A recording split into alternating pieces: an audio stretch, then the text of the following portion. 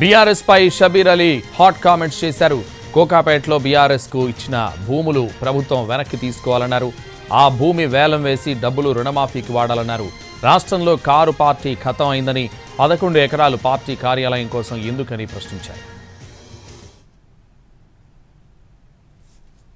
అది immediately government take over చేసుకోవాలా, చేసుకొని దాన్ని వేలం పాటించి ఆ డబ్బులు వచ్చినాయి అన్నీ కూడా మన ఈ రైతులకు ఇప్పుడు రుణమాఫీ దాంట్లో డబ్బులు కడితే మన ప్రభుత్వానికి ప్రజల మీద భారం కూడా తక్కువ పడుతుంది.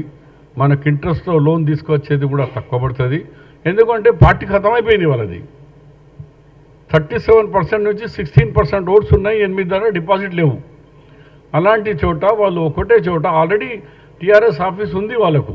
కాంగ్రెస్ హయాంలో నేను క్యాబినెట్ ఉన్నప్పుడే అది ఇచ్చినాం. ఇప్పుడు ఏం అవసరం ఉంది వాళ్ళకు?